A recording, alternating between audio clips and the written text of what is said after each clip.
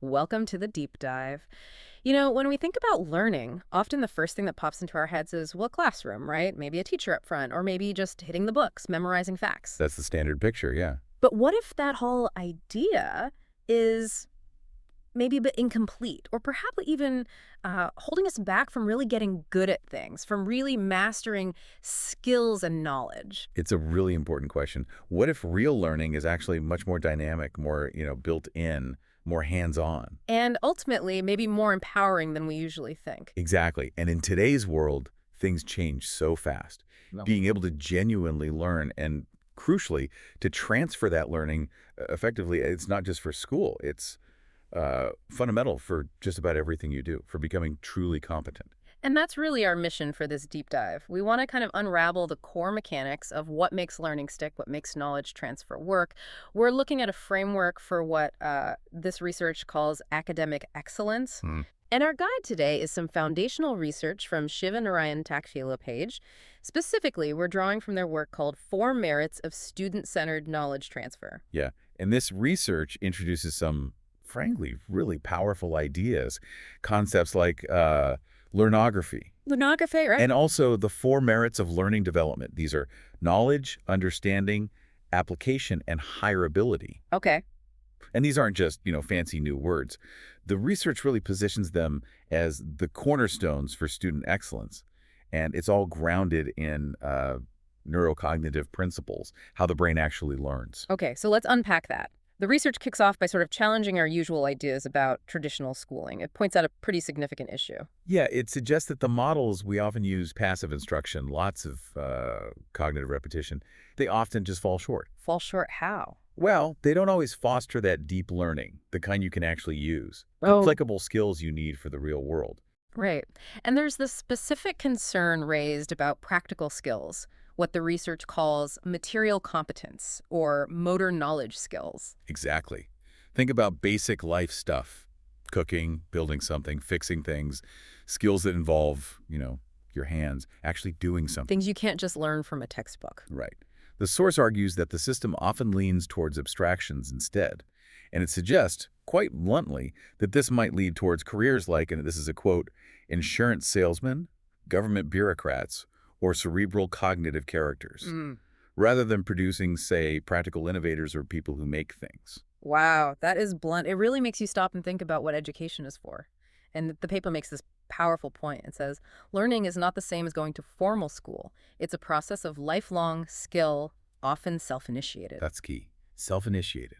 Yeah, and it even goes on to say that for a lot of our lives, there is no motivational classroom, no teacher in conventional sense, and no one to tell you that you must learn how to acquire an end successful result of work performance. You're on your own, essentially, figuring things out. So if the traditional way often misses the mark, what's the alternative here? What does this research propose? Okay, so if the old methods aren't quite cutting it for these deeper usable skills, the alternative proposed is learnography. Learnography. Right.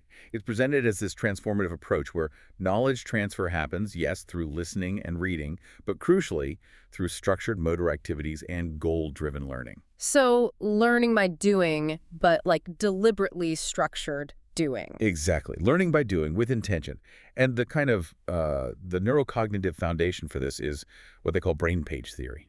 Brain page theory. Okay, tell us about that. Is it like a metaphor or? It's more than just a metaphor, actually. It really emphasizes the student as an active participant. You're constructing knowledge, you're practicing it, you're applying it in real context. You're not just sitting there absorbing information passively. So when you engage your motor skills, when you apply these concepts, you're actually What? building pathways in your brain. Pretty much, yeah. You're literally building and strengthening neural pathways, creating these brain pages, as the theory calls them, which makes retrieving that knowledge later much more efficient. Wow. It's a really different way of thinking about how learning actually works inside our heads neurologically. And the whole idea is designed to support a school model that aims for real academic excellence. Okay, and that brings us, I think, right to the core of this research, these four fundamental merits or qualities of knowledge transfer, Yes, exactly. The four merits: which are, remind us again. knowledge, understanding, application, and higher ability. Knowledge, understanding, application, higher ability. Okay. And the idea is they're not just separate things, right? They build on each other. That's right. They're progressive layers. Think of it like climbing a ladder of mastery. Okay, so walk us through that progression. How did these four merits work together to create what the research calls true excellence? Sure.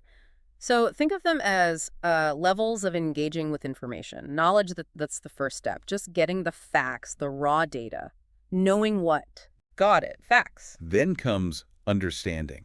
That's grasping the meaning, the context, the why behind the facts. Okay, makes sense. But the real shift, the research argues, happens with application. This is where you actively use that knowledge and understanding. You try it out in a new situation, you practice it, you encode it through doing things, through motor activity. So that's where the doing part really locks it in. Exactly. That active engagement is what really cements learning in the brain.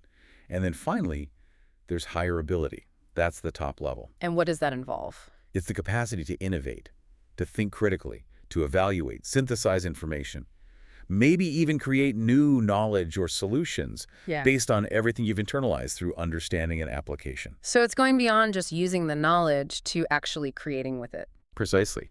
And the research really hammers this home. True excellence in the learners arises when learning is driven by active knowledge transfer. It's about internalizing concepts through that hands-on experience, through motor practice, repeated application, which, lines up perfectly with how our brains are wired to learn best. That progression, yeah, it really connects the dots between theory and actual action.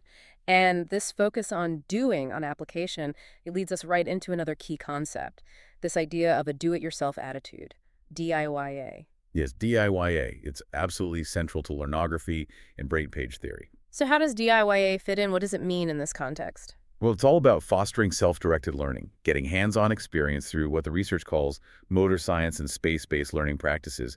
It's about building a sense of self-sufficiency. Self-sufficiency, like being able to figure things out yourself. Exactly. The paper phrases it as promoting self-sufficiency, that anyone is capable of performing a variety of tasks rather than relying on professionals or specialists. Okay, so it's not necessarily becoming an expert overnight, but having the confidence and the initiative to try. Right. The initiative to tackle problems yourself. And the research points out how students can use these learning dimensions of brain circuits to develop brain page modules for reading, writing, and understanding. How does that work? Like turning projects into learning? Yeah.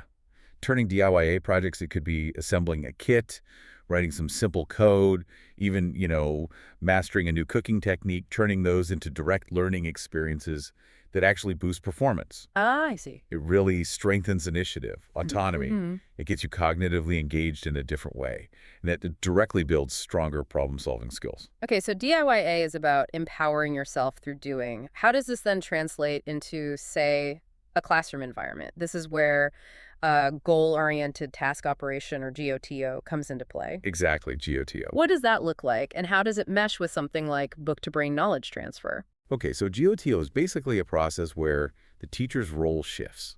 They become more of a guide, maybe a moderator. A facilitator. A facilitator, yeah, that's a good word. They set up the learning environment, but then they let the students really take charge of their own learning path.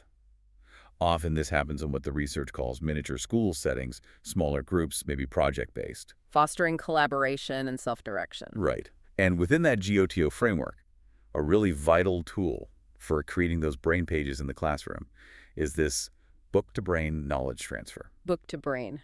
What does that mean exactly? Less lecturing.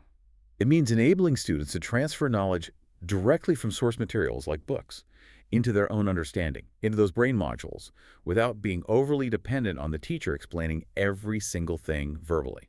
So empowering them to extract and process information directly from the source. Yes, it cultivates a different kind of engagement with the material. That sounds like it would create a very different classroom feel. How does that direct transfer, that book-to-brain idea, actually impact a student's ability to, communicate what they've learned or apply it later? The impact is potentially huge. The research suggests this process helps students communicate better in conceptual, personal, and social levels. Why?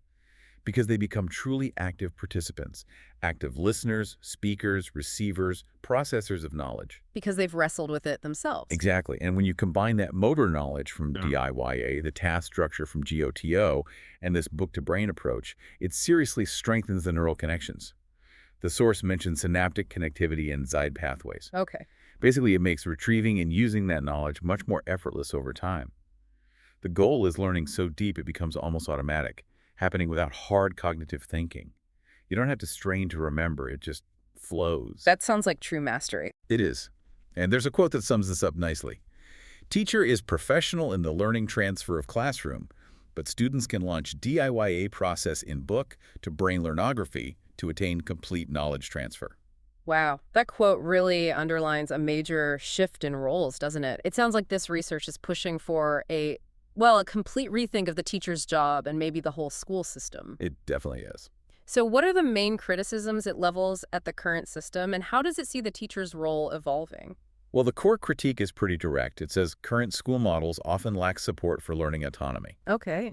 And this, it argues, leads to weaker motor skills and students who rely too much on external motivation grades, teacher approval, instead of developing their own internal drive to learn. Right, waiting to be told what to do next. Kind of, yeah. So the proposed shift for teachers is quite significant. They move from being primarily content deliverers, The sage on the stage. right, to becoming learning architects or learning transfer facilitators. Learning architects, I like that. Yeah. It means their skill lies in designing and nurturing environments where students can learn effectively on their own or collaboratively. Now, the research also makes some pretty stark comments about the teaching profession itself, doesn't it? It mentions, challenges like low pay, maybe low societal respect. It does, and it's quite blunt. It observes that, and this is a direct quote again, generally the worst and the most incapable people of the society find their way into this profession, suggesting this is partly due to those factors: poor salaries, lack of respect. That's a tough assessment. It is. And it adds that this situation could lead to teachers who are frustrated, highly stressed, and uninterested. It really highlights potential systemic problems affecting who goes into teaching and how supported they feel. So what's the proposed solution then, if that's the problem? The research argues strongly for the need to offer better opportunities, prospects, and perks to attract and retain good and expertise teachers. Invest in the profession. Absolutely. The argument is crystal clear. Teaching is crucial work, described as being an architect of our future generations. And we need to treat it that way, invest in it accordingly, elevate the profession to match its importance. Makes sense. And what about the structure of schools? I mentioned the success of miniature school structures. What's the thinking there? Why are smaller setups potentially better for this kind of learning? These smaller structures seem purpose-built to foster teamwork, leadership, and that collaborative, peer-driven, task-based learning we've been talking about. More agile, maybe? Yeah, potentially. In a smaller, more focused setting, it seems students naturally get more involved in active problem-solving. More direct knowledge transfer happens between peers. It really reinforces those principles of DIYA and GOTO. It's about creating an ecosystem where this deeper kind of learning can actually thrive. So wrapping this all together, what's the big takeaway for you, our listener? I think the core message is that real academic excellence and, frankly, competence throughout life comes from embracing active knowledge transfer. It's about shifting away from a model where teaching is just delivered to you, towards a more dynamic learning transfer ecosystem where you, the learner, are much more in the driver's seat. And remembering those 4 pillars we talked about is key, right? Knowledge, Understanding, application, and higher ability. Yeah. These are presented as the foundation for empowering students and really anyone to become more self-directed, better critical thinkers, more capable problem solvers. The idea is that this shift can spark genuine curiosity, creativity, and build competence that lasts a lifetime.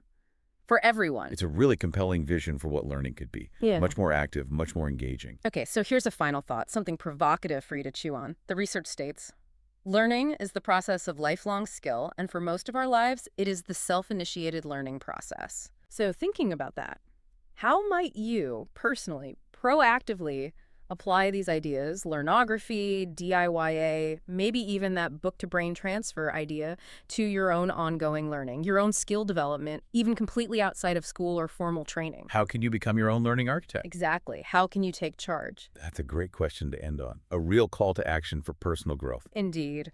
Well, our sincere thanks to Shiva Narayan and the Taxshila model for this really thought-provoking research. Absolutely. And if you're interested in digging deeper, we definitely encourage you to visit the Taxshila page for more information on system learnography.